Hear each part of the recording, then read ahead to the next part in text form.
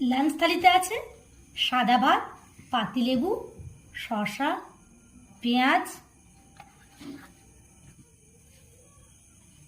পটল আলুর তরকারি,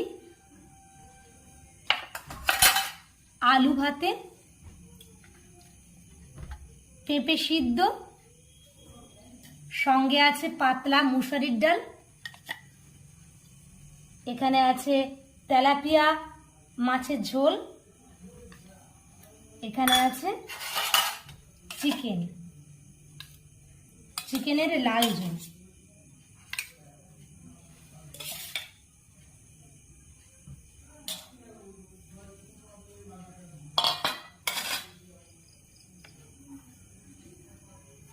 যদি আমাদের ভিডিও ভালো লাগে অবশ্যই লাইক, কমেন্ট, সাবস্ক্রাইব করবেন।